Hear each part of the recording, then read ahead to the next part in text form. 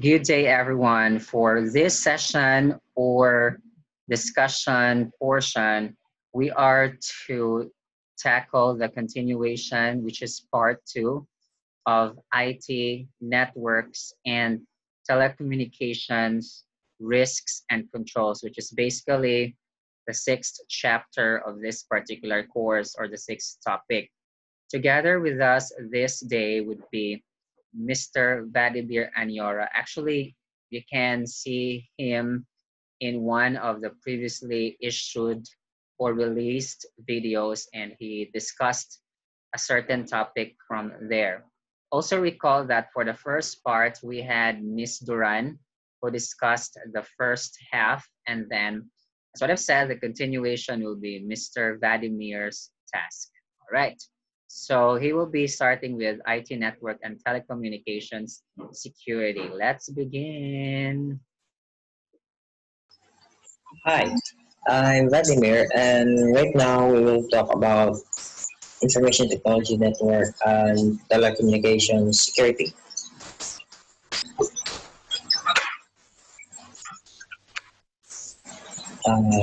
Network security administration. Here we have the network manager. Network manager, he is responsible for the day-to-day operations of the network. Generally, the network manager does the following. He manages and maintains the network. It's like just and also the performance of the I mean monitoring performance of the network. He identifies, he installs, and he maintains upgrades to the network. He also do troubleshooting and repair. He oversees user access to the network. He develops a backup or so we say backup or disaster recovery plan for in case of emergency. He plans a network infrastructure for new applications and services. He also trains network staff to provide support to end users. And he is also responsible for the purchasing and maintaining networking equipment and infrastructure. And the last, integrating mobile devices into the organization's networks. Network security administrator or a security systems administrator is someone who gives expert advice to companies regarding their internal security procedures and can also help to detect any weaknesses in a company's computer network that may make them vulnerable to cyber attacks. It may be from internal or external. Uh, Also, they are in charge for the daily operations of the security systems, just like the what was mentioned a while ago, network manager. They in charge of the daily operation of the security systems. They also handle things like systems monitoring and running regular backups, setting up, deleting, and maintaining individual user accounts. Also, developing organizational security procedures. Computer Emergency Response Team or CERT. Uh, it is a group of experts who respond to cybersecurity incidents. Also, they, they deal with the evolution of malware, viruses, and other cyber attacks. They recommend a set of steps that network security administrators and managers might follow to ensure a comprehensive security plan. Uh, as mentioned in the book, there are 13. Uh, so, first one is they identifying the purposes of each computer in the network. Second, they identifying the service network that they will provide to users, identifying network software, including operating systems, applications, network management software, and network security software. They also, number four, identifying categories of users and setting users privileges. Number five, planning user and workstation authentication. Number six, determining security procedures over access to network resources, and also develop methods of intrusion detection. They do documenting backup and contingency plans. They also determine how to maintain the availability of network services, and just like in case there's an emergency. Developing and following plans for acquiring and maintaining systems software. They also determine how to connect computers to the network, of course. Mhm. They also identify day-to-day security concerns by scanning alerts, applying software patches, monitoring logs, and incident reports. And they also protect the hardware removed from the system or removed from the service, or those computers that are, are not in use and are removed from the system. Authentication. All right, so before we proceed, the Computer Emergency Response Team, or CERT or CERT, basically is that particular team intended for the protection and security of the organization's IT resources and facilities, as well as the communications resources and facilities. In addition to that, would be making contingency planning or backup procedures, recovery procedures, just in case if there would be some emergencies, as said with the name itself, CERT. So such body would be in charge of protection overall. So from the basic levels, from the lowest level to intermediate up to the highest level possible in the organization. Okay, this one is interesting, authentication. Authentication is the process or action of verifying the identity of a user or process. There are ways of verifying a user. That's what you have, what you know, and who you are. Yeah. What you have, it may be a key or a smart card for physical access, and it does not provide a high level of user verification. A typical example is like ID.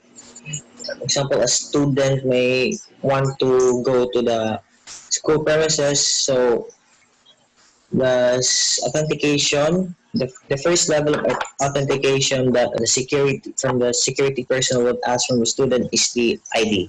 So your student ID. So this is what you have. Okay. What you know, it may be a password, passcode, PIN, or security questions. Just like if you're going to access to your Facebook or whatever social media accounts, or you may access to your email, or you want to access to your phone. So it will ask for authentication that if that you are there, that you really are the owner of the device or the owner of a certain account. Who you are.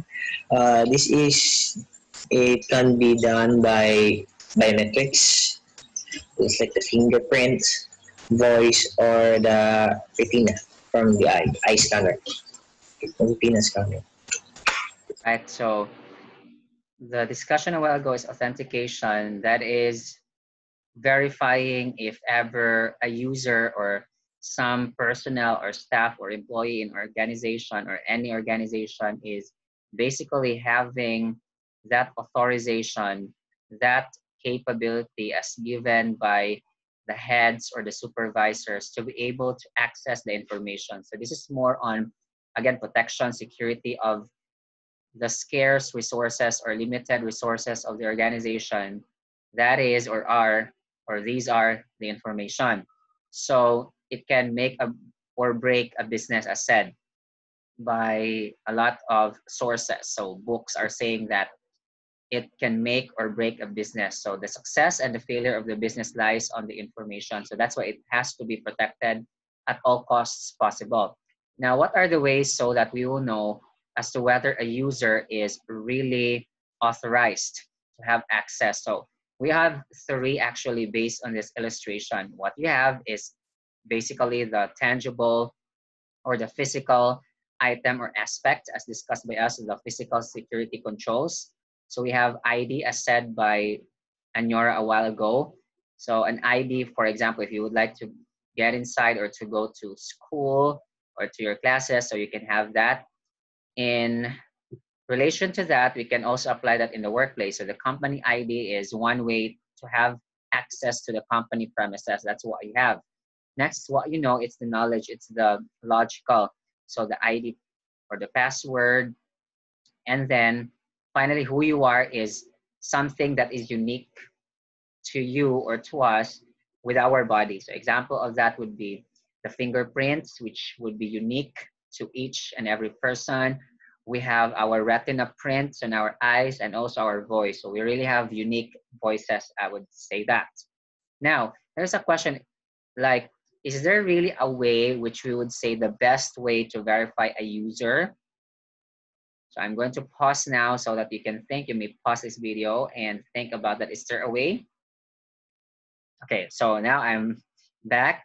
And then the answer is no, there is no best way in order for to have the protection, for us to have the protection. Basically, that's going to be a case-to-case basis. It depends upon the organization or the entity. Because you might think that who you are by the biometrics, like the devices, that would be able to detect certain aspects of us, like again, our retina print, so bio, which means life, a part of a person, and the metric is the measurement, so or a way of measuring something. So that's for biometrics. Now, we can say because it is high tech, it is advanced, that it would be the best. Yes, if we are going to say that all of the companies then are able to afford or can afford these high-tech devices. However, we all know that not everyone, not all can really avail of such. So that is why I would say it's going to be a case-to-case basis. There's no best or better way. It's going to depend, and it's also possible that the organization would employ multiple, like all of them, if that's possible. Like if you get, for example, money from the ATM banks or the ATM machines. So you have the card, which is what you have, your ATM card, and the passcode or password. That's what you know, right? So that's already two. And in organizations, like if you go or get inside the company premises, you have the company ID, that's one, that's what you have. What you know is, for example, for you to be able to access your computer, you need to have the password or passcode. Who you are, for example, is if you are going to get inside a room, there will be biometric devices available. So that's the point of authentication. Anyhow, let's now proceed to encryption. View or read the information. There are two types of encryption. There are two types of encryption. First one is the secret key cryptography, and we have the public key cryptography. In secret key cryptography, the sender and the receiver use the same key to code and decode the message. The sender and receiver must agree on the key and both need to obtain it. Otherwise, there will be no.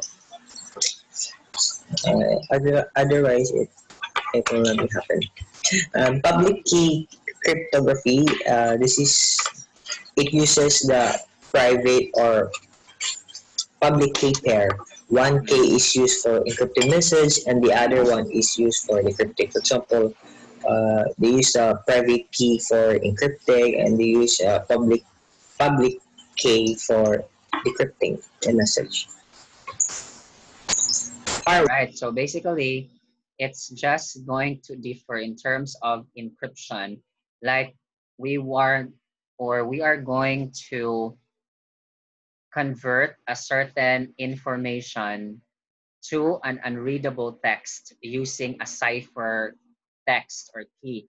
So the cipher key or the text would be the conversion factor, or let's just say that's going to be the way or mean to be able for us to translate a readable format or information to an unreadable one.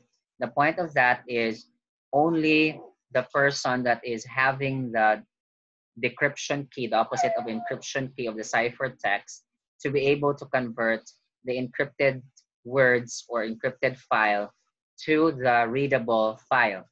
So this is still a way of protecting the information of the organization. So if you can notice, if you have like downloaded files from the internet, there will be times that you'll be able to download it, but if you open, there would be unreadable text because you need to have a code or a key for you to be able to access that.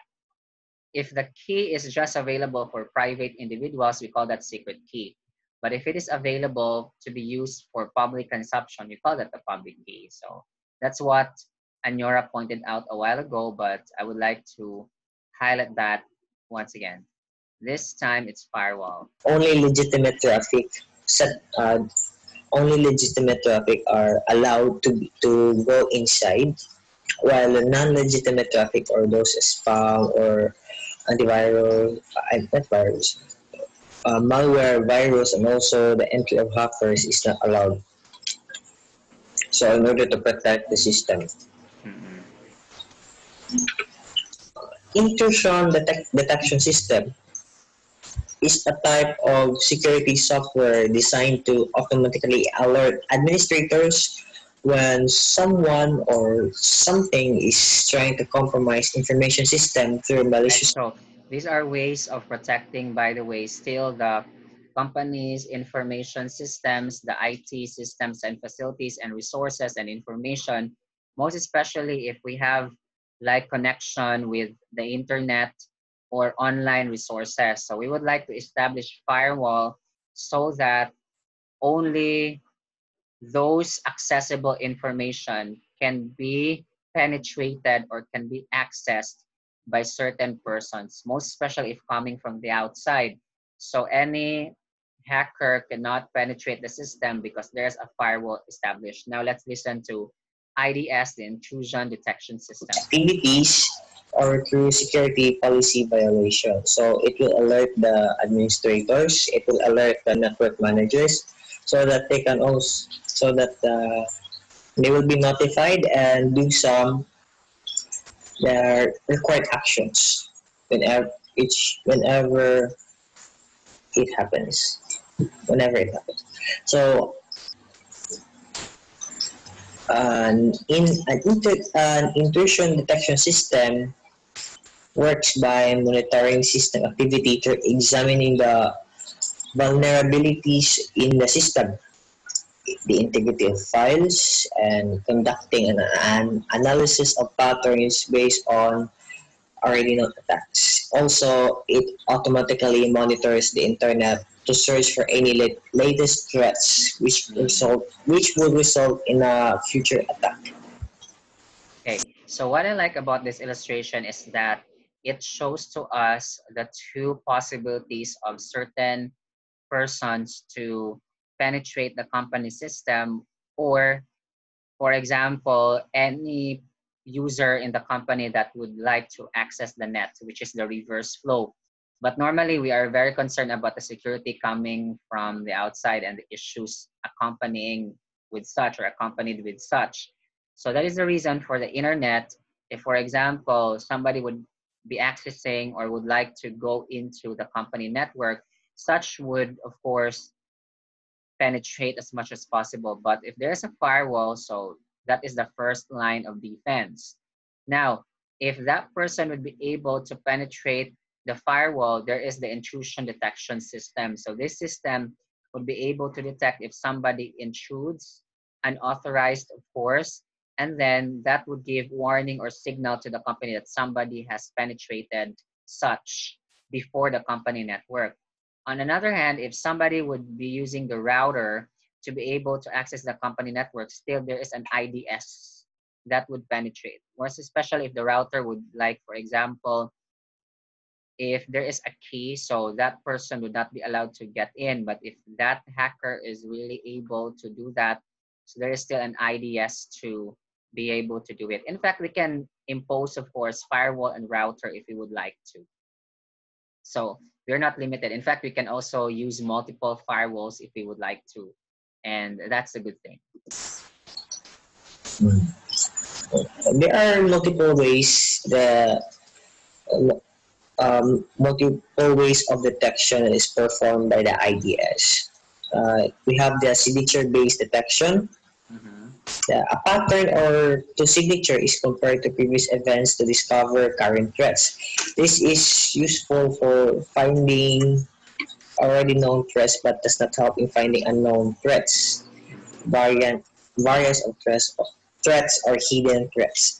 Another type of detection is anomaly-based detection, uh, which compares the definition or trace of a normal action against characteristics marking the event as abnormal. Penetration testing, or is called pen test. Penetration testing is a security exercise where a cybersecurity expert or an ethical hacker or a hacker that is hired by the company attempts to find and exploit vulnerabilities in a computer system. The purpose of this simulated attack is to identify any weak spots in a system's defense which attackers could take advantage of. Yeah. And after the pen test, the the cybersecurity expert or the ethical hacker will give his insights, or will give his insights or his discoveries that the system needs this kind of improvement in this it needs improvement in some certain aspect, so that it will be always secure. Okay, so I think I've discussed already or mentioned in the first part in Duran's report about ethical hacking or hacking for hire. So she discussed about the vulnerabilities or weak spots of the software. So it is through there that certain hackers can gain access over the company's information system. So that is the reason why the hackers would be, of course, be able to do that to gain advantage, which would be negative or detrimental to the organization, just like again what happened to Amazon and eBay and those companies or businesses in which they have made their businesses online. Now, for ethical hacking, that is actually a hacking for hire because it is done by experts, as said by Anora and the auditor. So they would be doing that to be able to spot the weak spots and so that it can be remedied. So there will be certain ways by which the organization and the management, the CERT, would be able to detect, prevent, and cure whatever defect there would be. Okay, continue. Wire dialing. Wire dialing refers to the use of various kinds of technology to automatically dial many phone numbers, usually in order to find weak spots in an IT security architecture. Hackers often use wire dialing software to look for unprotected modems. So narrowing down the list of phone numbers answered by modems cuts down the amount of time it takes to do this.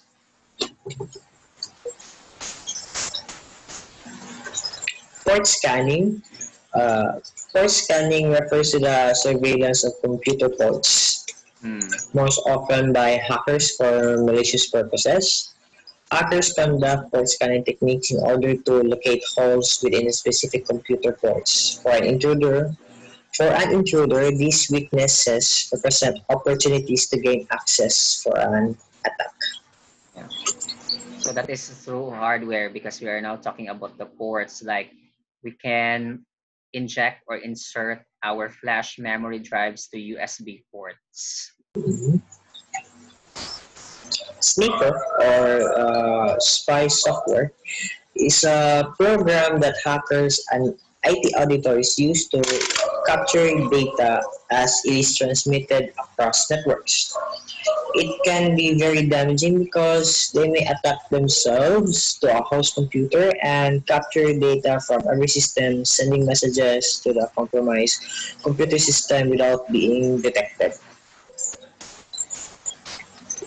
Yeah. Password Cracker. Password Cracker is an application program that is used to identify an unknown or forgotten password to a computer or network resources. It helps the human cracker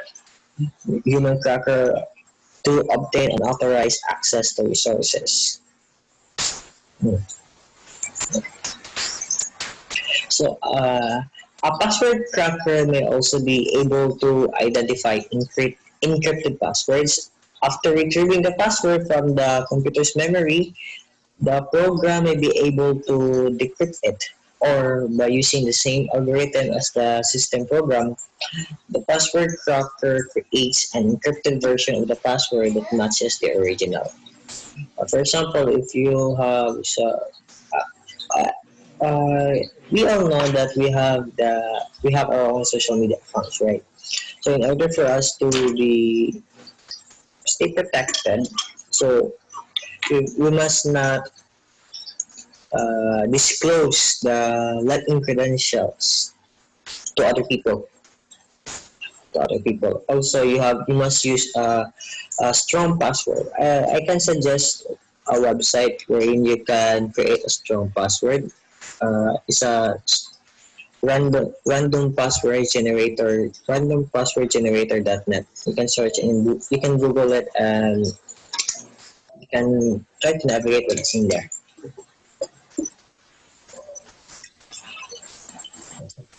Okay, so that's the end of the presentation. Let's hear the words of Anyora before we end officially. Oh, oh, thank you and good night. Okay, so for Anyora, that was night. For me, it's a day. Anyway, thank you very much for listening to the second part. Hopefully, you learned something from this. And then I also wish us the blessings. Then God bless us all. Then see you next time for another learning session in auditing in SCIS environment. Bye for now.